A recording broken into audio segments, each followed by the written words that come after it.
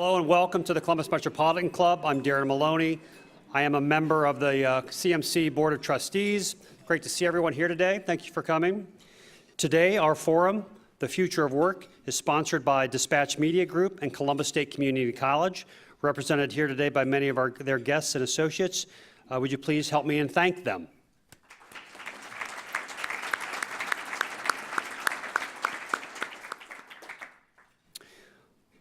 We would all like to know what the future holds, especially those of us who are anxious to prepare for it and succeed in a rapidly changing and tremendous impact of technology on future livelihoods and is mostly a mystery at best. But there are many smart and talented people passionate to help chart a course to success in a changing world. Let's hear from them. Please help me welcome founder and CEO of the Columbus Idea Factory, Alex Bandar. Director of the Governor's Office of Workforce Transformation, Brian Burgess. Executive in Residence, Workforce Innovation at Columbus State Community College, Todd Warner. And our host, Executive Director of I Know I Can, Katina Fullen. Katina, please take it away. Thank you. Good afternoon, everyone. So I am really excited about today's topic and particularly about being a moderator. We are going to engage in a great conversation about the future of work, not only in our community, but in the region and the state. And I don't know about you, but I am fascinated by this topic, particularly as a mother and a professional working in education. I'm also very optimistic and hopeful about what the future holds. So today we are going to hear from an expert panel on what exactly is the future of work. So I'm going to ask, why don't we start with Alex? I'm going to ask him to share his perspective on the future of work. Sure. Thanks very much. I think it's going to be a bit disruptive, and in complete candor, watched a number of TED Talks today, and one of the takeaways that I really was struck by was that in the last 10 years, 2005 to 2015, 94% of new jobs were in the gig economy. That's Uber driving, that's freelance computer programming, that's graphic artwork, and those are jobs that might be done by machines shortly. It sounds strange to hear graphic artwork or even legal work being done by machines, but I think that's coming around the corner. So the largest growth in jobs we've seen in the last decade might be something that's temporary, and I think that's disruptive and why we need new ways to teach for new jobs. I was just going to join in there, Alex. I think some of the things that we'll see versus our past and our history versus going forward, more and more employers looking for an innovative way to fill their workforce needs as we look at the nation and even the region, and we understand the workforce challenges of today, but also tomorrow and the roles that are undefined and still getting clarity around those. I think we're going to see more of a resurgence of industry certifications that are recognized and maybe hired on as opposed to a bachelor's degree or some of the typical qualifications that you look for in that entry-level role. So to pick up on something Alex said, there's been a lot of conversation around automation and the impact of automation and technology on jobs. Ryan, you want to talk about your thoughts on that? Sure. I'm optimistic about the future, and I'll come back and maybe stir the pot a little bit like Alex did with kind of the disruption. But I really, based on history and experience, I take comfort in history. And when you go back and kind of to look at all the different industrial revolutions that we've been through, so take the first one, the introduction of the steam engine. It made lives better, our lives better. Then look at the second industrial revolution with electricity, and that's when you started to see people kind of going from the fields to the offices. We saw our population in agriculture jobs go from about 40%, from 1900 to 1970, about 40% to 2%. And then you look at the third industrial revolution, computers and internet. We've gone through that. Now we're entering into what some people call the fourth industrial revolution or the digital revolution, and I think we'll adjust to that. The other thing that I look to history for in terms of some guidance is we can fight this too, and I wouldn't recommend it. I think we should spend our time preparing for these jobs. If you go back in history too, you look at the first Queen Elizabeth. She denied patents because she was afraid it was going to create unemployment. You look at Ned Ludd, a textile worker in the 1700s England countryside. He and his buddies destroyed looms because they were afraid those looms were going to take their jobs. 1800s, again, a rowdy bunch of English farmers decided to destroy threshing equipment because of that. And now we even have some of our friends in San Francisco who are proposing taxes on algorithms and robots because they're afraid. So I would argue we could try to fight this. I don't think we should. I think we should embrace it, embrace the technology, because technology and automation can make us more productive. And that is really the key, productivity. And this is kind of economics 101. But when you look at worker productivity, it's about more worker output than input, which leads to more profits, which leads to more savings, which leads to more investment, which leads to more opportunity for people. So the bottom line, that not only increases the standard of living for countries, nations, but for individuals. And the past couple years, a lot of talk about income inequality. When you look at individuals in our country, this is based on some census figures. Those individuals who work full-time, year-round, the poverty rate is 2.4%. We can basically eradicate poverty. Now, it's a lot more difficult than just saying that, but I think the key is how do we prepare people for the future, the jobs of the future, because a job is the best anti-poverty program, bar none. So that's my quick reaction. Any follow-up? I'll pass.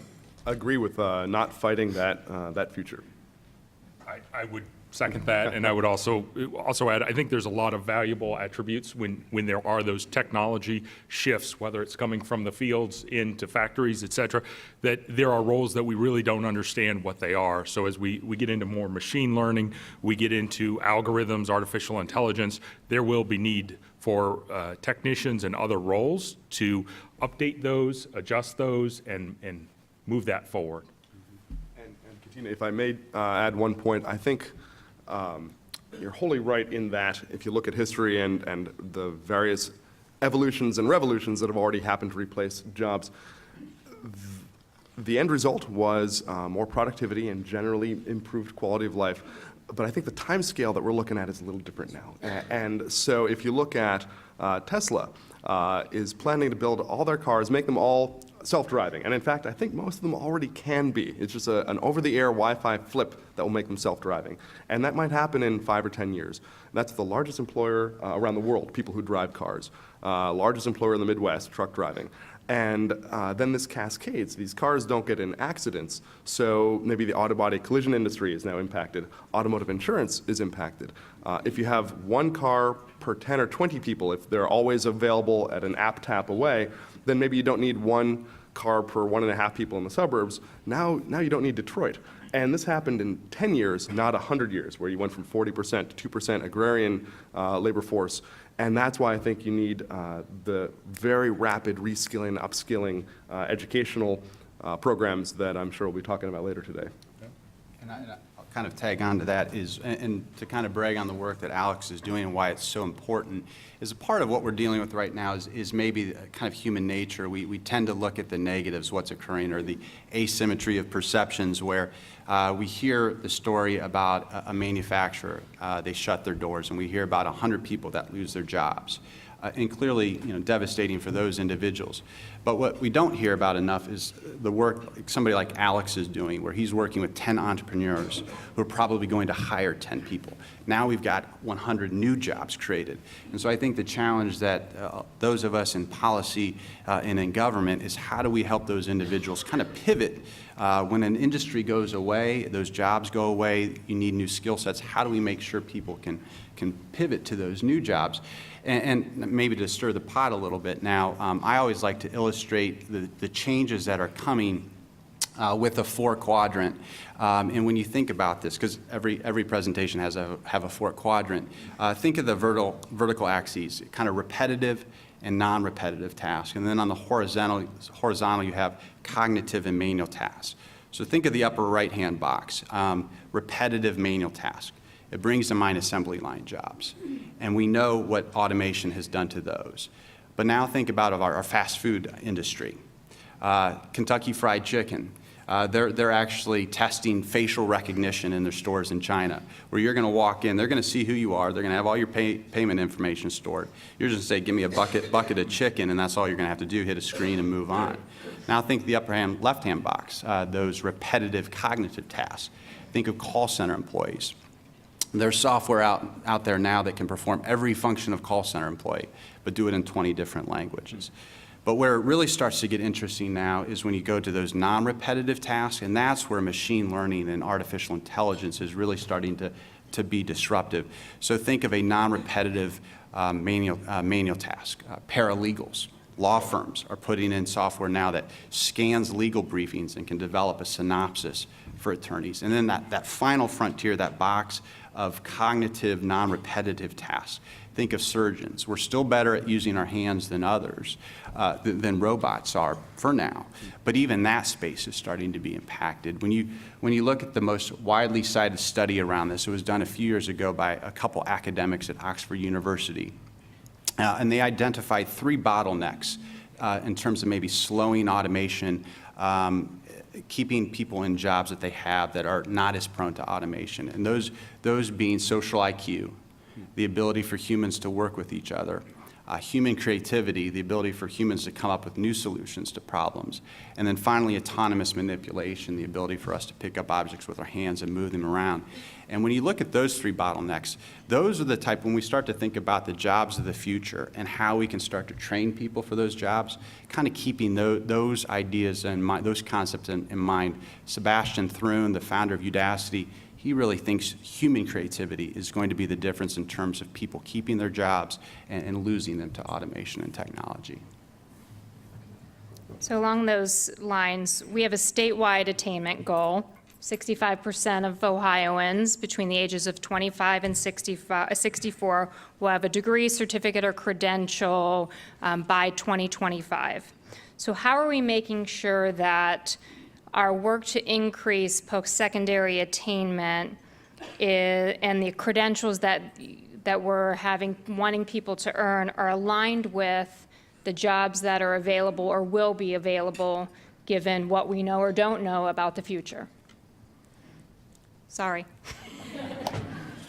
Come on, we've got the experts here. I'll jump on that first. So I would say at Columbus State, that's one of the things we pride ourselves on, really our industry and K-12 partnerships. Understanding that really, in my view, it's a supply and demand conversation. It's understanding what am I getting, what are the educational attainment goals of the individual students and where are their interests, where are they trying to get to, but also exposing them to work-based projects, understanding the workplace, getting them exposed quicker and sooner to what a career is and what it means to be in IT or in accounting or any one of these fields. But then it also, just as importantly, on the industry side, understanding what are the employers looking for, where do they see their roles going. Really part of my role at Columbus State is going out and becoming the voice of the employer and bringing that back to the college, understanding where they're going, whether it's with growth in their area or even pivoting and taking people in a field as broad as IT and saying, still need the same number of people, but I need them in different roles doing different things. How do we partner with those industry employers and not only deliver the education, the training for them, but how do we take that and bring it back to the classroom for the students that are about to enter the workforce? If we shouldn't still be teaching COBOL as an example, and we don't, thankfully, but I think really the goal with the rapid realignment and transformation happening in technology, it's really about staying well connected. When we see the students that are getting hired versus the students that are getting hired and promoted, it's those that have the poly skills, those that have soft-sided skills and understand emotional intelligence versus just the technical skills. So I think there's a role and there's value in industry certifications, Columbus State certifications, but also associate and bachelor degrees. But I no longer think that a bachelor's degree is the minimum qualification to enter the workforce. Yeah, one of the things I love about the Columbus Metropolitan Club is making new friends like Ryan and Todd at Cantina and understanding that there are a lot of synergies here. one of the reasons I share Ryan's optimism for the future is that people now have opportunities to find if they have a passion for a particular career or job. And I love hearing that Columbus State is so agile in asking what do employers need, and how do we put certificate programs together to upskill folks to do those jobs. We're maybe one tier yet lower, where within a 3-hour class you can learn to weld and say, well, you can do an experience in welding. You're not going to be a certified welder, but see if you like it at all, if you have any talent or aptitude. Same thing with making a video game or making a piece of furniture or programming a little Bluetooth app. With information out there being free, I think YouTube is the world's university, and schools are still wrapping their heads around how to compete with broadly available, interesting to engage with media that teaches you valuable stuff. I think people now are empowered to find out if they like something, and then hopefully can connect with someone who might give them a few bucks to do it. So speaking of, how has or how does the way we deliver education need to change in order to prepare for the future? And not only that, but how are we training or retraining educators so that they are prepared to get our students ready? Well, I'll piggyback on my own comment. I joke at the Idea Foundry, we've accidentally created a school where the answer to every question is Google it. And if that's the presumption that all information is a quick app tap away, then what do you teach? And I think it's not what you teach, it's how you teach. And I was impressed with Elon Musk asking a question, of course, founder of Tesla and SpaceX and SolarCity and PayPal. He said, why do people still teach math? Like, how many mathematicians are there in the world? What fraction of the labor force is there? He said, teach to solve a problem. If you're taking apart an engine, you get to learn how to use a wrench and a screwdriver, and you understand the value of that wrench and that screwdriver. But if you had a class on just how to use a wrench or what wrenches are, that'd be boring as heck. So equally, math is generally a tool for the other technology industries, whether it's computer programming or engineering. So don't teach the tool, teach to a problem. And I love hearing people now asking not what you want to be when you grow up, but what problems you want to solve. And then make people passionate about finding out what tools they need to attack those problems. I'll jump on that as well. So I think really you need to think about how education has been done and how we've gotten to where we are today, but also where we're going tomorrow, and understanding that degrees, educational attainment, it's not a terminal event that happens once and then you go use it for the next 30 years.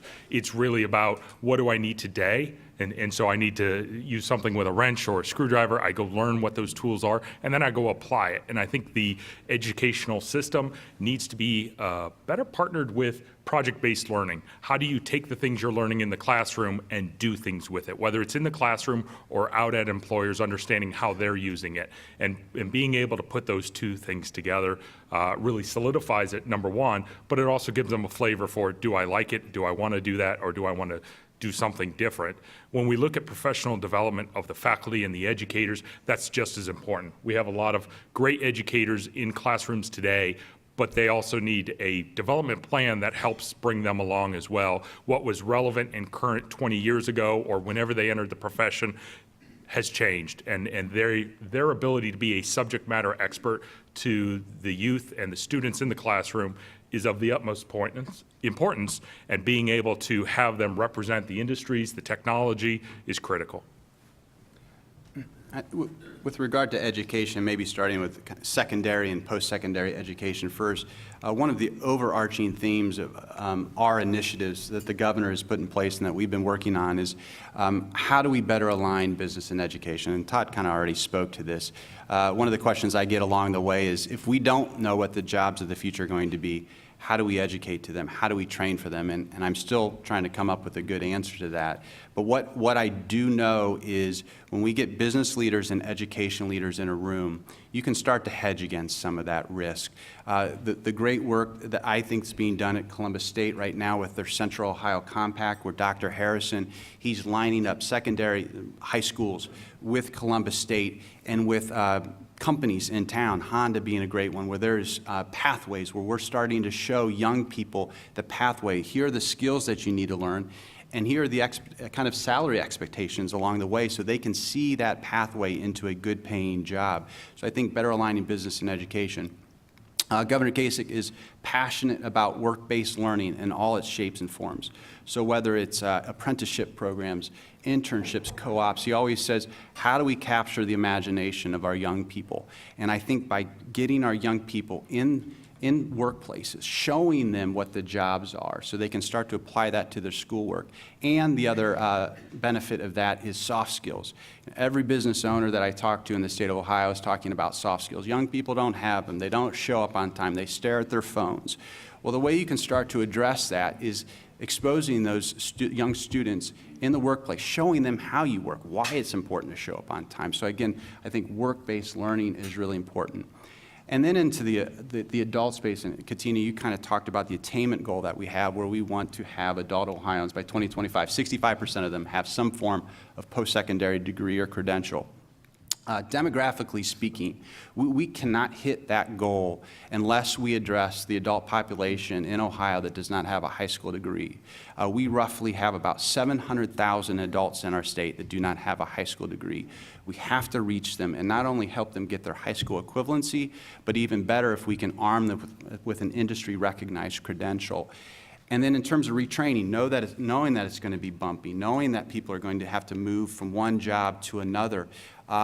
Education in the workforce system, we simply have to become more nimble and agile. And right now, those are two systems that I would not call nimble and agile. So how can we help that individual, that adult, who he or she loses their job, no fault of their own, the industry just went away, their job went away. The governor always kind of puts it in, what are we doing for that 55-year-old? They've been in their job for 18 years, and then they lose their job. What do you do now? And I think one of the things that and what's so important about that too, is we cannot let people become long-term unemployed. It's a double whammy when that happens. It's almost like your team is about to score a touchdown, you're on the 1-yard line, and your quarterback throws a pick six. Not only did you not get that 7 points touchdown, the other team scored 7 points. It's a 14-point turnaround. So when you have an adult out of work for a long period of time, not only are they they're relying upon public assistance, but they're also not generating an income which allows them to consume, which allows us to grow aggregate demand. So we have to get to those adults quicker, and I think the key to that is maybe using data. I think you're going to see more and more, and there's a lot of firms out there doing cool work now, where they're taking data, and it might get a little creepy for some folks in terms of everything that you're doing on social media.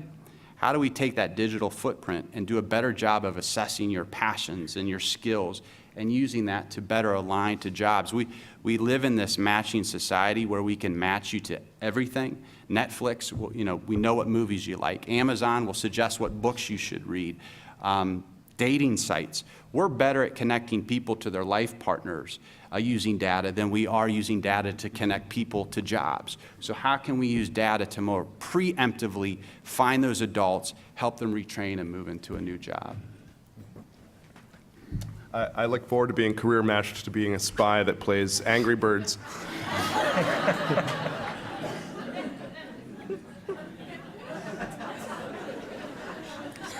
I have no comment. Whew, all right. Totally lost my place. Okay. That was fantastic.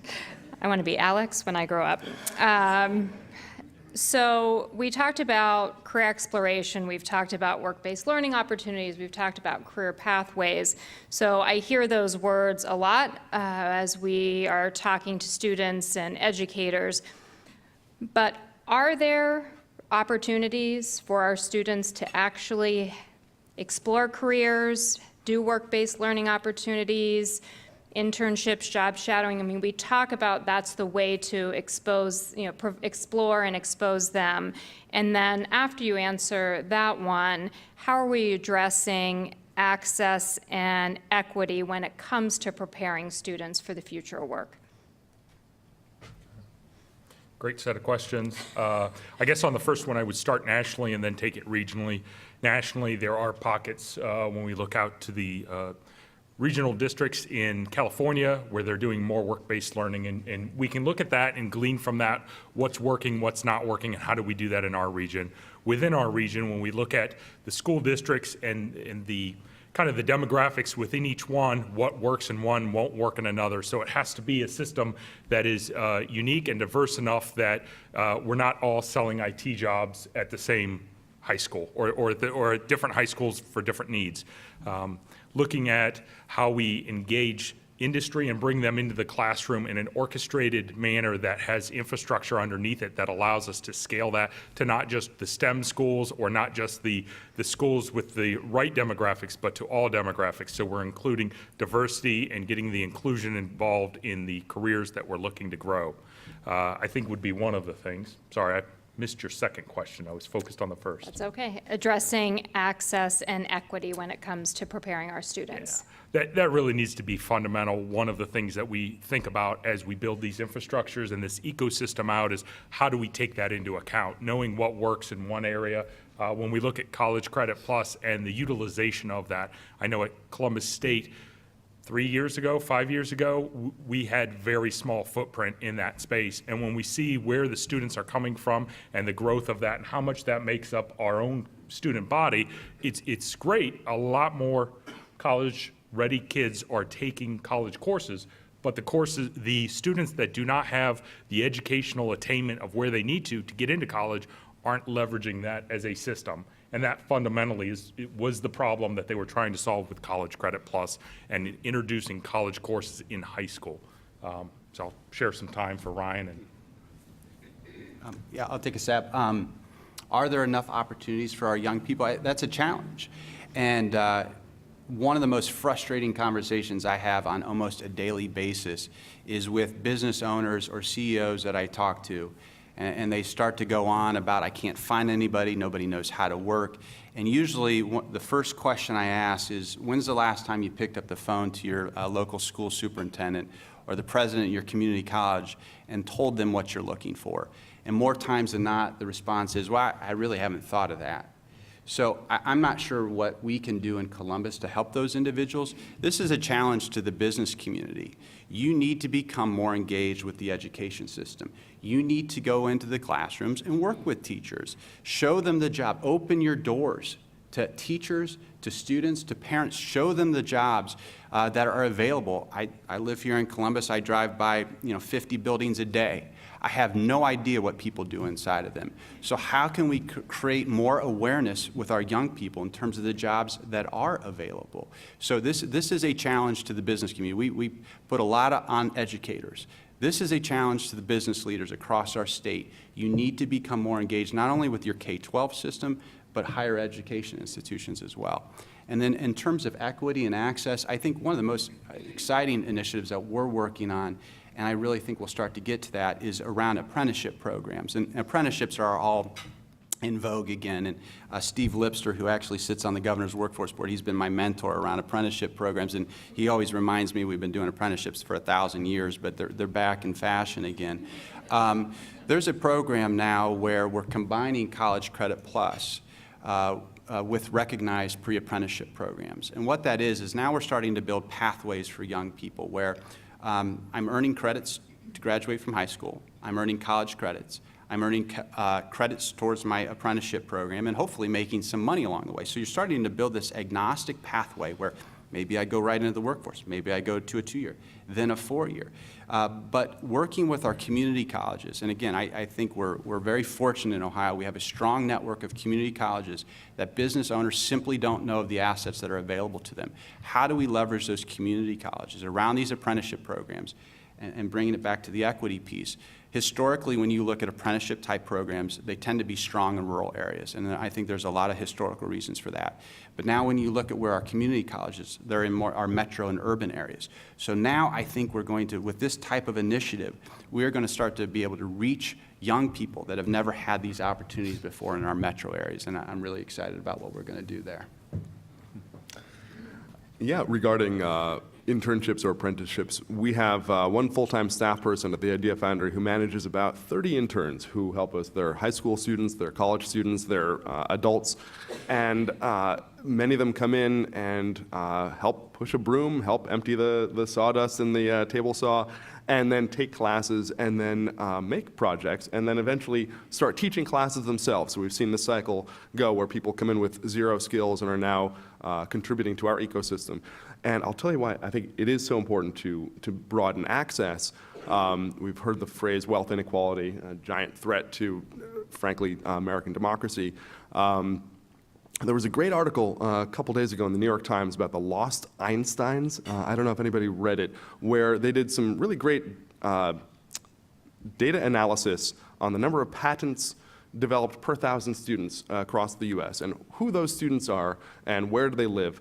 And it turns out they have to do pretty well at math, and then they have to be pretty well to do. But there are plenty of folks who are pretty good at math, but aren't very well off.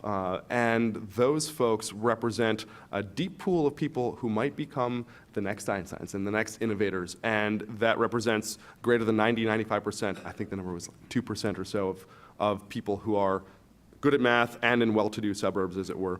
But that there's this vast pool of people that if we can provide greater access to, represent the next innovation and the next entrepreneur and the next startup that grows into one of these skyscrapers across the river.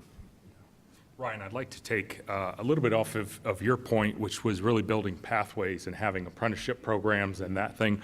One of the things that Columbus State has done really well, but it wasn't Columbus State, it was industry that led this. And so we've got a great partnership with Honda, and they had a need for a specific discipline. Before this started, they didn't have a pathway for someone with an associate's degree to go be a service technician.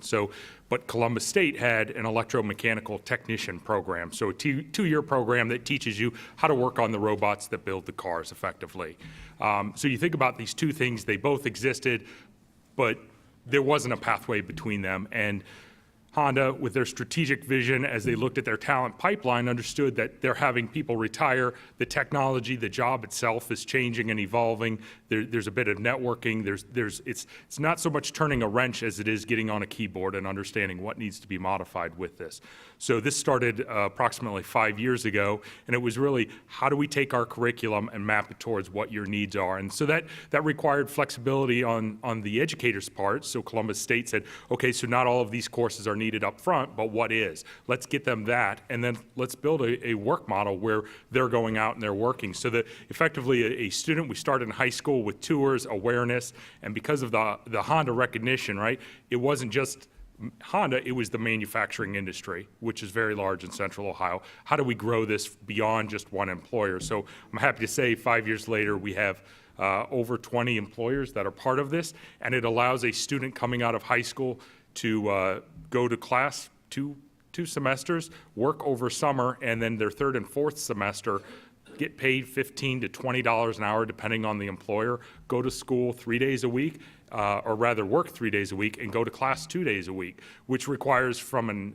institution's perspective the ability to flex and modify, okay, what courses need to be offered on what day, what children or what students need to be in those courses so that they can make their commitment to the employer, and then also checking in and making sure the employer has job shadowing so that there's an awareness of, okay, where am I supposed to be going when they're placed, what's the mentorship model look like? It's not just cheap labor, it's really investing in these kids. And these kids may not actually take a job there. Some of them will interview at other employers, and that's okay. It's about rising the tide so that all boats rise in this area. And it's an area where Honda really took a leadership and said, I'm doing this for the industry, not for my own individual needs. Obviously, if I can benefit, that's great. And so having more employers that look at these opportunities to be innovative, creative, partnering with public and private institutions to develop a talent pipeline is really where it'll be going.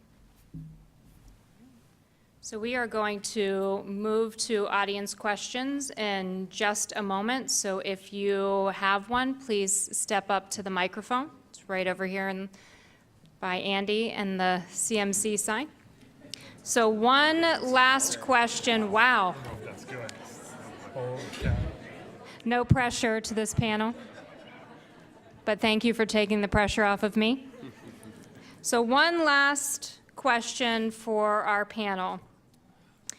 And I encourage you to listen because you are going to be quizzed on this last one. All right, so it's clear that current and future jobs will continue to evolve. We've heard that from our experts. What should all of us in this room be thinking about and doing to prepare for these changes? How about you, Ryan? Yeah, I'll start with a couple thoughts. From again, a policy perspective, I think some of the things that we need to start thinking more about is, Alex referenced the gig economy. So let's just assume that jobs, companies are going to change. They're no longer going to be kind of hubs of jobs, but become platforms of jobs, kind of the Uber model or Airbnb.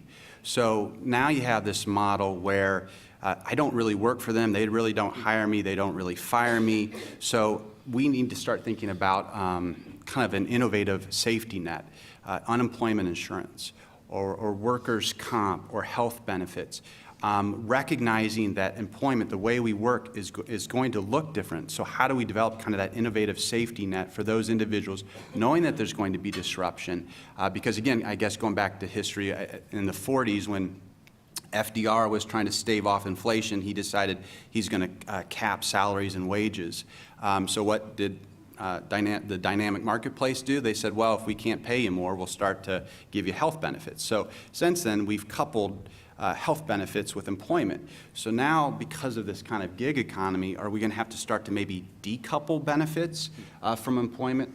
I'm not sure, but I think those are the things that we need to be thinking about. And then one more, everybody wants to talk about the skills mismatch. Another big barrier that we face is, I guess what I call a geographic mismatch or a spatial mismatch, meaning where the jobs are versus where the people are who need those jobs.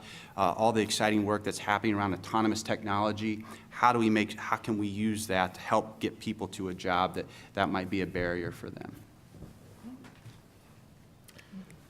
I would maybe jump in here and just say, if you're in a role today and you're looking at how is this going to last in the next 5, 10, 20 years, and you have concerns given what you've heard today or what you've been reading, education shouldn't be just an attainment and you're done with it. It should be a lifelong event, and it should be baked in what we do, whether that's picking up a paper or a Twitter feed and following news, or just understanding what's happening in your respective industries. And so I think that's fundamentally, that is one of the challenges that we have, is a lot of people have the mindset that I got my education, I've got my job, I'm set for life. And there's really no guarantees in life. And so being able to be agile, nimble, stay connected with where things are going, and always be educating is part of the answer. Yeah, agree with everything that's already been said, and I might also add, don't understate your capacity to be an informed and engaged citizen. Don't undervalue your own value.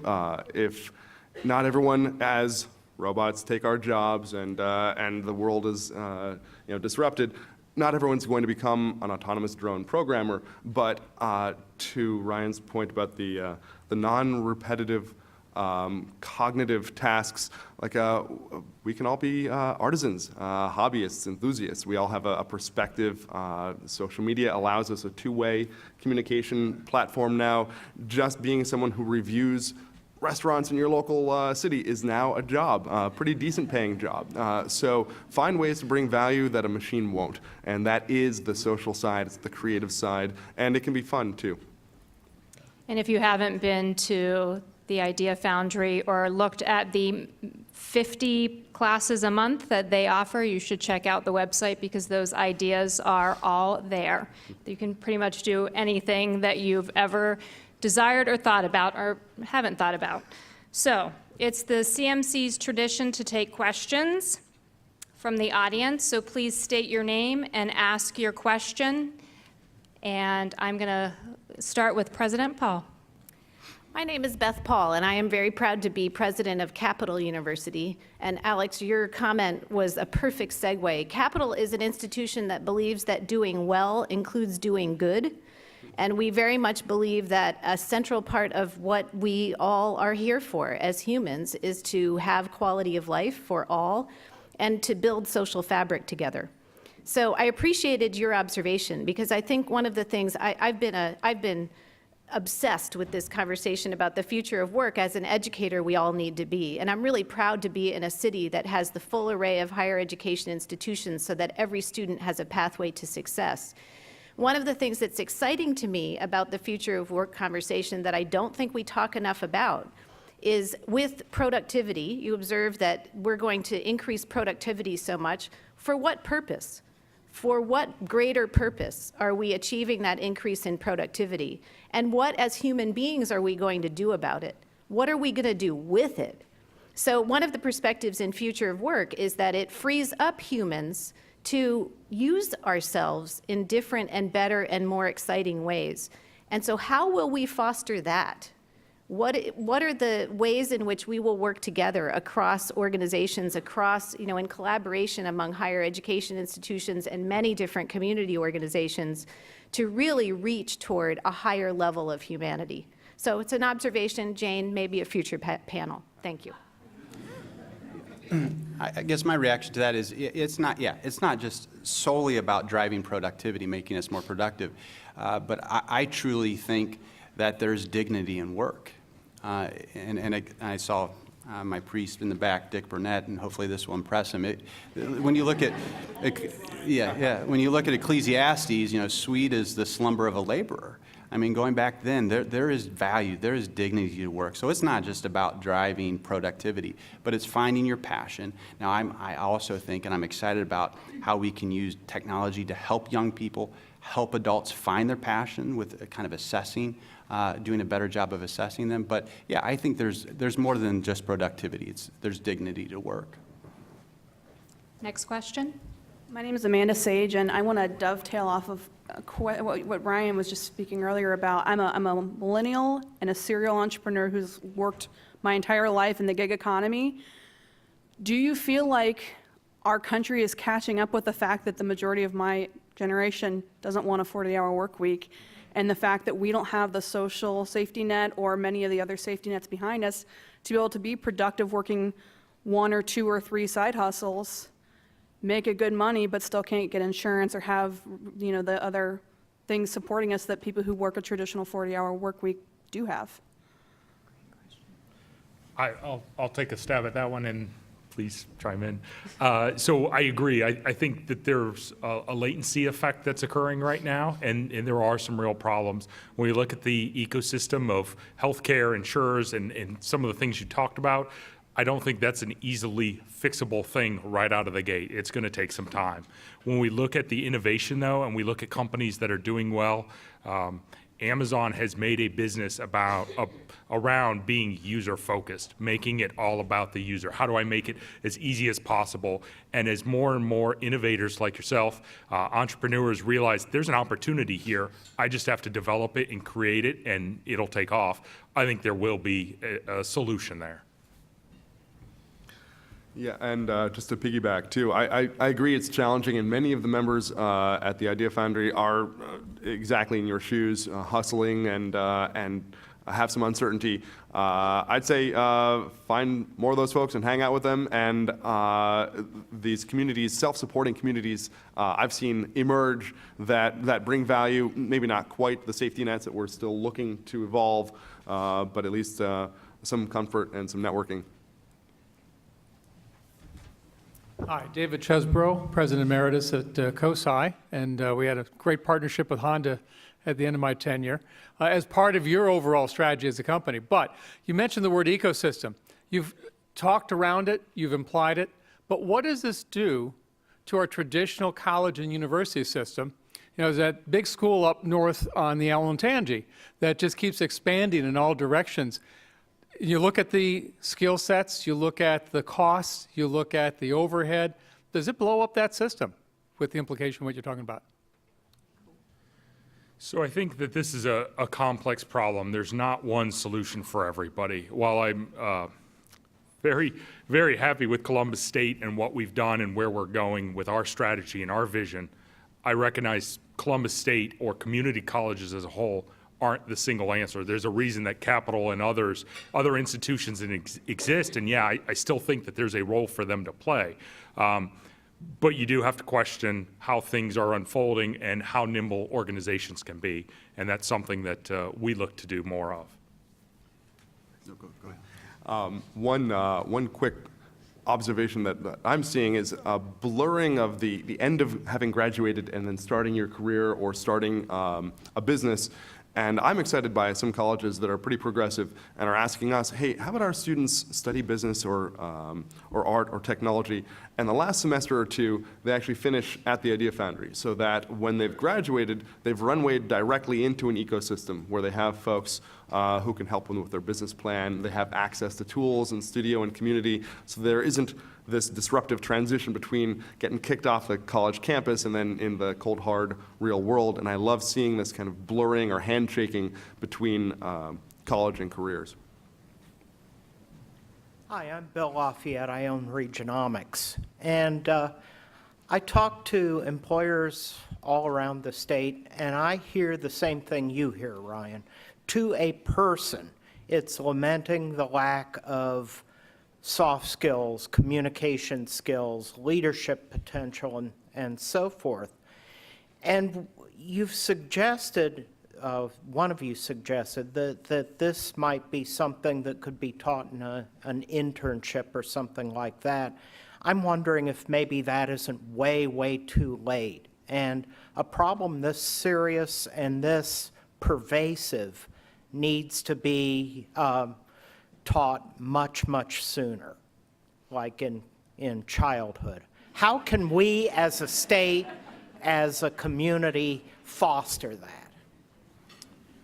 No, couldn't agree more, Bill. And I think the governor's been very, very clear. He would like to see career counseling going earlier and earlier in the education system. And there's a number of things we've put in place, be it career connections, mentoring, I think, is another place where, again, this is a challenge to the business community.